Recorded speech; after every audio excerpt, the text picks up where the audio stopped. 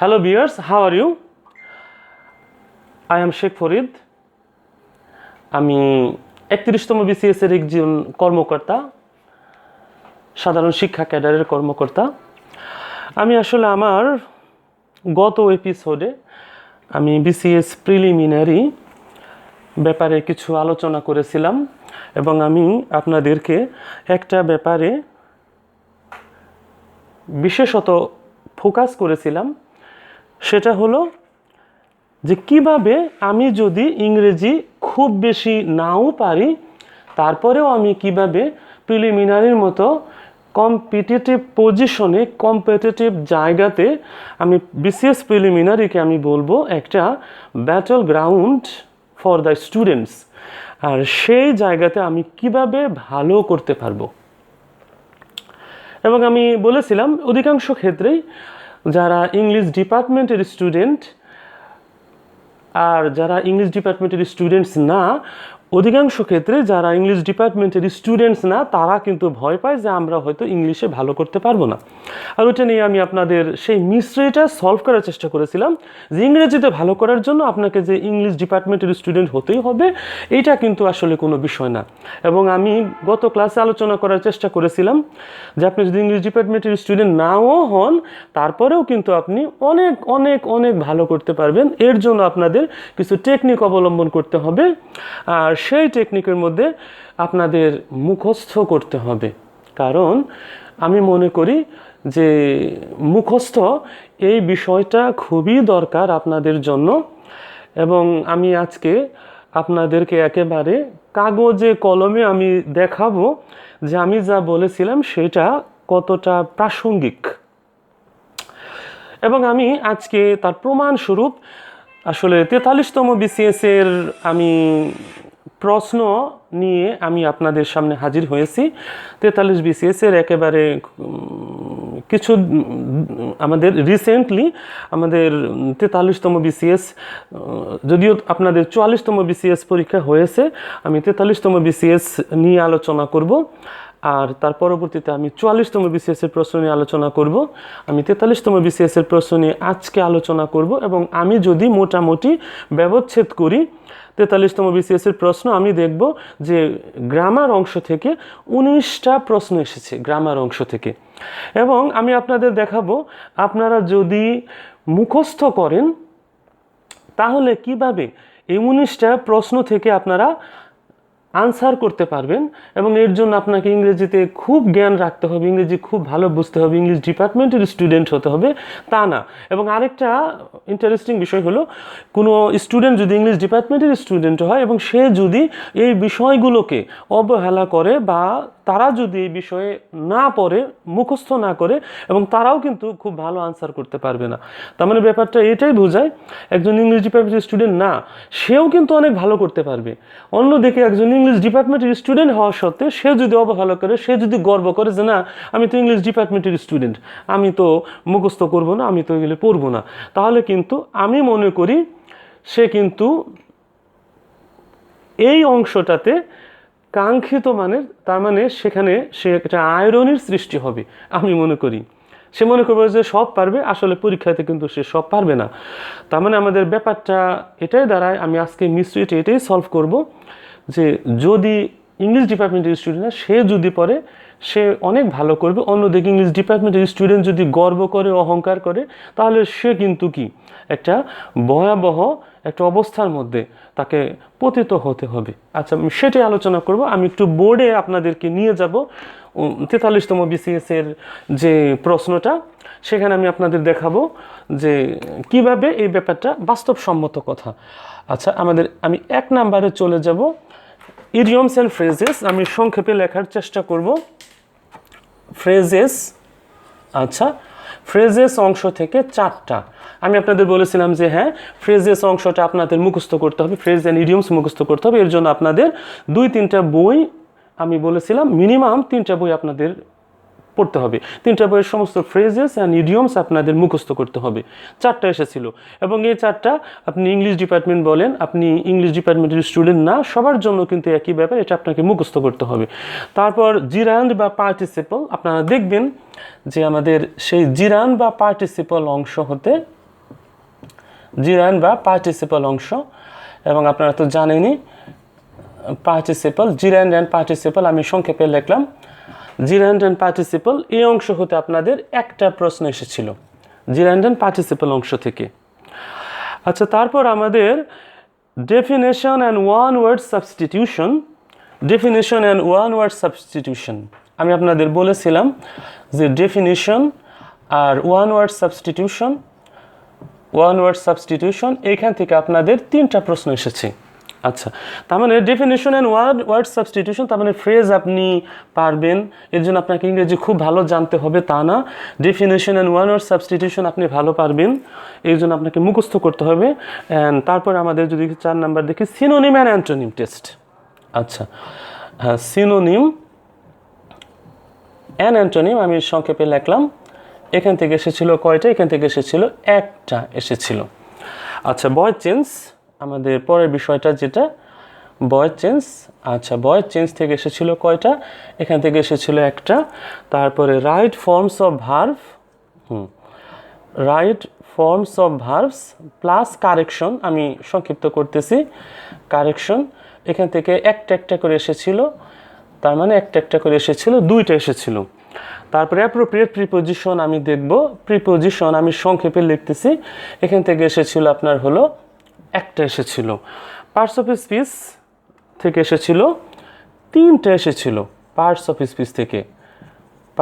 Speech থেকে এসেছিল 3টা, এখান থেকে এসেছিল 3টা।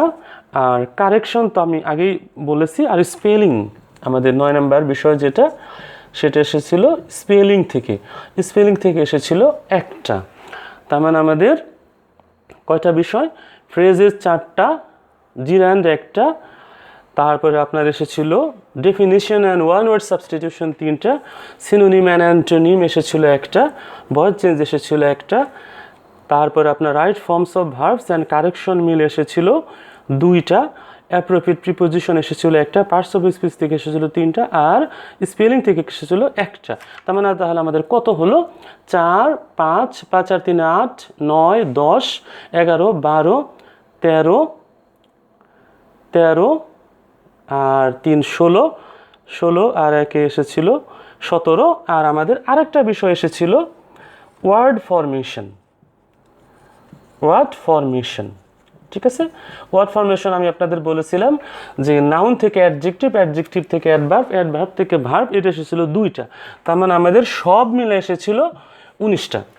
এখন আমার কথা হলো যে সেই 19টার মধ্যে আমি অন্য ডিপার্টমেন্টের স্টুডেন্ট হওয়া সত্ত্বেও কীভাবে আমি ভালো করতে পারবো, কোনো ইংরেজিতে জ্ঞান না থাকা সত্ত্বেও। আর আমরা তো মোটামুটি সবাই কিন্তু আমরা ইন্টারমিডিয়েট পর্যন্ত পড়ি, তার মানে ইংরেজির বেসিক কিন্তু আমরা জানি। তাহলে আমাদের ফ্রেজেস এটা আমি 4টা শুধুমাত্র বই পড়ার মাধ্যমে আমি পেতে পারবো, কোনো স্যারের কাছে যাওয়া লাগবে না, কোনো কোচিংয়েও যাওয়া লাগবে না আমি মনে করি। Definition and one word substitution 3টা এসেছিল, এর জন্য কোনো স্যারের কাছে যাওয়ার দরকার নাই। সিনোনিম এর জন্য কোনো স্যারের কাছে যাওয়ার দরকার নাই।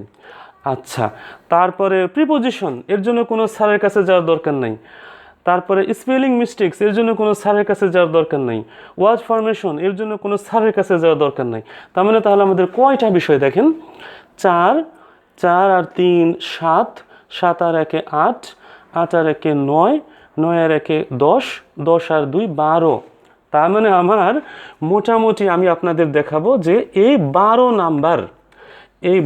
নাম্বার আমি কিন্তু শুধুমাত্র বই পড়া মুখস্থ করা আপনার জাস্ট লেবার দরকার। এখানে 12 নাম্বার আপনি ইজিলি পেতে পারেন। একজন ইংলিশ ডিপার্টমেন্টের স্টুডেন্টও যদি এই 12 নাম্বারের জন্য যদি তারা এই বিষয়গুলো না পড়ে, আমি যেখানে মার্ক করেছি তাদের থেকে আপনাদের ভালো করা সম্ভব। তারা যদি অহংকার করে তাহলে তারা ভালো করতে পারবে না এখানে। এখন আসেন আমাদের 43তম বিসিএস যে এসেছিল, সেখানে আপনারা বোঝার মতো কি আছে? এক আছে জিরান্ড অ্যান্ড পার্টিসিপল। হ্যাঁ, এখানে বুঝতে হবে, এটা আমি দেখেন, এটা আমি স্টার চিহ্ন দিয়ে দিছি। জিরান্ড ভয়েস চেঞ্জ, হ্যাঁ একটা বিষয় voice change. Right forms of verbs এটা বুঝতে হবে। পার্টস অফ স্পিচ এইটা কিন্তু বুঝতে হবে। তার মানে 1টা 2টা 3টা 4টা। হ্যাঁ, 19 নাম্বারের মধ্যে 12 নাম্বার আপনি মোটামুটি মুখস্থর ব্যাপারে মুখস্থ করে আপনি পারতে পারেন। আর আমাদের 7 নাম্বার যেটা, এইটার ক্ষেত্রে হ্যাঁ ইংলিশ ডিপার্টমেন্টের স্টুডেন্ট আপনাদের থেকে হয়তো একটু এগিয়ে থাকবে, তারা ইংলিশ পারে বলে।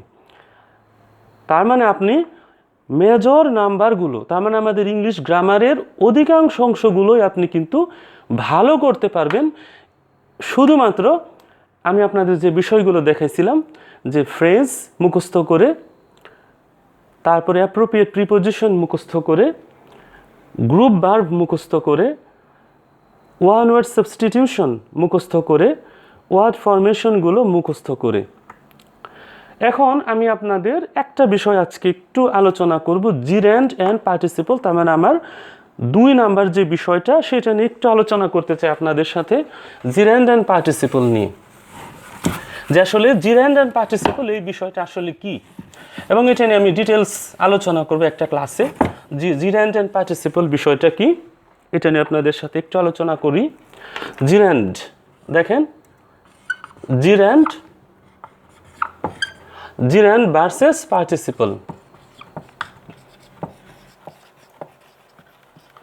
হ্যাঁ, জিরেন্ড ভার্সেস পার্টিসিপল।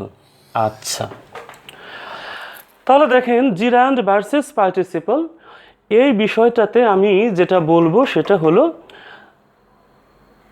আমাদের 43 BCS যেটা এসেছিল এরকম একটা আন্ডারলাইন করা বা একটা অংশ ছিল, এটা জিরেন্ড না পার্টিসিপল সেটা আপনাদেরকে বের করতে হতো, জিরেন্ড না পার্টিসিপল। এখন প্রশ্ন হলো আপনারা জিরেন্ড বা পার্টিসিপল কিভাবে চিনবেন। আমি আজকে একটু আলোচনা করি, ধারণা দেওয়ার চেষ্টা করি। আমি পরের ক্লাসটা এই জিরেন্ড অ্যান্ড পার্টিসিপল নিয়ে আলোচনা করব। এখন আসেন জিরেন্ড অ্যান্ড পার্টিসিপল কি। মনে রাখতে হবে জিরেন্ড আসলে ভার্বের একটা রূপ যা নাউন হিসেবে কাজ করে, আর পার্টিসিপল ভার্বের একটা রূপ যেটা অ্যাডজেক্টিভ হিসেবে কাজ করে। তার মানে জিরেন্ড কি হিসেবে কাজ করে, নাউন হিসেবে কাজ করে, আর পার্টিসিপল কি হিসেবে কাজ করে, পার্টিসিপল অ্যাডজেক্টিভ হিসেবে কাজ করে। এখন আপনারা যদি এই জিরেন্ড অ্যান্ড পার্টিসিপল পড়তে যান, তাহলে দেখবেন যে এত নিয়ম আপনাদেরকে দেখাবে যে হ্যাঁ হ্যাঁ এইটা জিরেন্ড, এইটা পার্টিসিপল, এত শত নিয়ম। আমি আসলে আপনাদেরকে বলবো যে জিরেন্ড অ্যান্ড পার্টিসিপল বোঝার জন্য আমার মনে হয় এত শত নিয়মের কোনো দরকার নেই। আমি আপনাদের জাস্ট একটা টেকনিক শিখাই দিব, এবং যার মাধ্যমে আপনারা মোটামুটি সব জিরেন্ড অ্যান্ড পার্টিসিপল আশা করি বুঝতে পারবেন। সেই টেকনিকটা কি, তাহলে আমি প্রথমে কিন্তু বলেছি জিরেন্ড কাজ করে কি হিসাবে, জিরেন্ড কাজ করে নাউন হিসাবে, জিরেন্ড কাজ করে নাউন হিসাবে। দেখেন এইটা কাজ করে নাউন হিসাবে, আর এটা কাজ করে অ্যাডজেক্টিভ হিসাবে। তার মানে একটা নাউন হিসেবে কাজ করে, একটা অ্যাডজেক্টিভ হিসেবে কাজ করে। আচ্ছা, এখন আমি দেখাবো যে আপনাদের একটা সেন্টেন্সের মধ্যে নাউন কোথায় কোথায় বসে। দেখেন একটা সেন্টেন্সের নাউন কোথায় কোথায় বসতে পারে। এখন সেই জায়গাতে যদি কোনো আইএনজি যুক্ত শব্দ থাকে তবে সেইটাই হবে জিরেন্ড, আর বাকি সব পার্টিসিপল। আমার কাছে ক্লিয়ার কথা একেবারে, তার মানে পরিষ্কার কথা। একটা সেন্টেন্সে নাউন বসতে পারে কয় জায়গাতে, এখন সেই জায়গাগুলোতে যদি কোনো আইএনজি যুক্ত শব্দ থাকে তবে সেটা জিরেন্ড। আর আরেকটা মজার ব্যাপার, জিরেন্ড অ্যান্ড পার্টিসিপল অনেক ক্ষেত্রে আমরা গুলিয়ে ফেলি, কারণ দুইটার ক্ষেত্রেই কিন্তু জিরেন্ডের ক্ষেত্রেও ভার্ব প্লাস আইএনজি, আর পার্টিসিপলের ক্ষেত্রেও কি present participle verb plus ING. তাহলে আমি চিনব কিভাবে? চিনবো আমি একমাত্র পজিশনের কারণে। অনেক ক্ষেত্রে আমি দেখি গ্রামার বইয়ের মধ্যে, অধিকাংশ ক্ষেত্রে গ্রামার বইয়ের মধ্যে যে এত কথা বলে না, এত কথা বলার কোনো দরকার নেই। এখন দেখেন একটা সেন্টেন্সে নাউন বসে কত পজিশনে। আমি আপনাকে বলবো একটা সেন্টেন্সে নাউন বসে মোটামুটি 6টা পজিশনে একটা সেন্টেন্সে। তার মানে যত সেন্টেন্স আছে সমস্ত সেন্টেন্সেই, বা আমি বলবো যে একটা নাউন দুনিয়ার যত সেন্টেন্স আছে সমস্ত সেন্টেন্সের মধ্যে 6 জায়গায় বসতে পারে সাধারণত। এখন এই 6 জায়গাতে নাউন বসে, তার মানে এই 6 জায়গাতে যদি আইএনজি যুক্ত শব্দ বসে তাহলে জিরান, বাকি সব পার্টিসিপল। কথা ক্লিয়ার? ইভেন আরেকটা ক্ষেত্র আছে, সেটা আমি পরবর্তীতে আলোচনা করব। আমার পরবর্তী ক্লাসটাই হবে জিরান্ড অ্যান্ড পার্টিসিপল নিয়ে। আমি শুধু বলবো যে জিরান্ড বসে কোন কোন জায়গাতে। দেখেন কোন কোন জায়গাতে আমি বলবো, সেটা হলো সেন্টেন্সের সাবজেক্ট হিসাবে, একটা সেন্টেন্সের অবজেক্ট হিসাবে, একটা সেন্টেন্সের সাবজেক্টের কমপ্লিমেন্ট হিসাবে, একটা সেন্টেন্সের অবজেক্টের কমপ্লিমেন্ট হিসাবে, একটা প্রিপোজিশনের অবজেক্ট হিসাবে, আর কেস ইন অ্যাপোজিশন হিসাবে। তার মানে আমি দেখলাম যে মোটামুটি এই সমস্ত পজিশনে কিন্তু নাউন বসে। এই সমস্ত পজিশনে যদি আইএনজি যুক্ত কোনো শব্দ বসে সেটা জিরান, বাকিটা পার্টিসিপল। যাই হোক, আমরা এভাবেই জিরান্ড অ্যান্ড পার্টিসিপলের মধ্যে পার্থক্যগুলো আমরা নির্ণয় করতে পারবো। কাজেই এটা আমি পরবর্তী ক্লাসে আলোচনা করব। আজকে আমি আর ক্লাসটা লম্বা করতে চাচ্ছি না, এমনিতেই অনেক সময় চলে গেল। আমার পরবর্তী ক্লাসে এই জিরান্ড অ্যান্ড পার্টিসিপল নিয়ে আলোচনা করবো, এবং পরবর্তী ক্লাসটা কিন্তু খুবই আকর্ষণীয় হতে চলছে, যে আমি সেটা আপনাদের দেখাবো যে কিভাবে একটা সেন্টেন্সে 6 জায়গাতে নাউন বসে, আর ওই সমস্ত জায়গায় আইএনজি যুক্ত শব্দ বসলেই সেটা হবে জিরান্ড। তার মানে কোনগুলো জিরান্ড হবে, কোনগুলো পার্টিসিপল হবে। একটা আইএনজি যুক্ত শব্দ ওইটাই জিরান্ড হতে পারে, ওইটাই পার্টিসিপল হতে পারে। তাহলে জিরান্ড অ্যান্ড পার্টিসিপলের পার্থক্যটা কোথায়? পার্থক্যটা হলো পজিশনের উপর ভিত্তি করে। তার মানে আমাদের এই পজিশনে যদি আইএনজি যুক্ত শব্দ বসে সেটা হবে জিরান্ড, আর ওই আইএনজি যুক্ত শব্দ যদি ওই পজিশন ছাড়া অন্য পজিশনে বসে সেটাই হবে পার্টিসিপল। যাই হোক, আমি আগামী ক্লাসে সেটা নিয়ে আলোচনা করব। আশা করি আপনারা আগামী ক্লাসটাতে আপনারা সবাই দেখবেন এবং কেউ মিস করবেন না।